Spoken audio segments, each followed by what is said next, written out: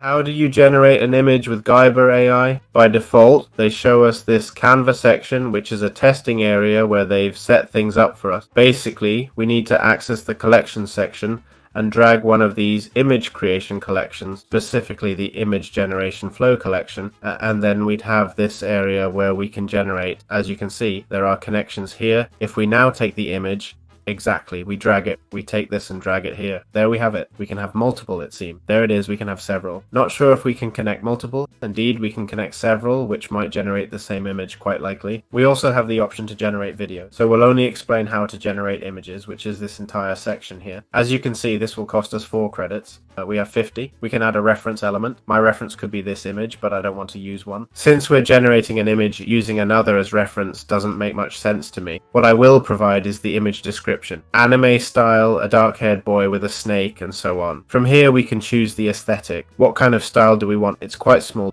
To zoom, hold control and scroll the mouse wheel. Here we have different styles. Most styles are animation based. I like the 8-bit one. Let's pick the first ones, as they should theoretically be the best. So we'll choose Lost, the first one, as is. I won't complicate it. Then we have this here, which doesn't really explain what it is. Let's delete the image upload and remove this as well. The image upload section below is for setting how much reference we want to use. I'll close this too. Adding elements is as simple as clicking Add Element here. Here we can add a layer, face, or object. It'll use this as a reference when generating the image. I just want to see how well it generates images without references. Here we can set quality, aspect ratio, and size. And here's a more detailed quality setting, 768 by 1344 pixels. It's not quite 1080p, which would be 1920 x 1080, but close. I'll hit generate, knowing it'll make the same image in both. This is like the oven that produces our images. To duplicate it, I assume we can, right?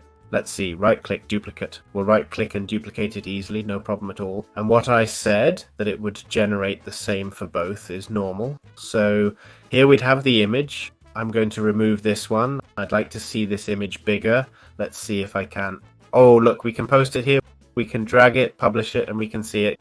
Can I make it bigger? Yes, please. Okay, there it is. Look, as you can see, it's super easy to work with canvases or even Miro style. And this is the image it generates. Well, it completely ignored the snake. I don't see any snake here. The image is you, Asif, but it's not a boy, it's a girl. Well, it's a bit half done, but I like the style it works with. It reminds me of Confit UGI's style, doesn't it? But much more basic than Confit UGI. Confit UG is on another level and is open source, usable locally. It clearly has many advantages, but we haven't tried the video part yet.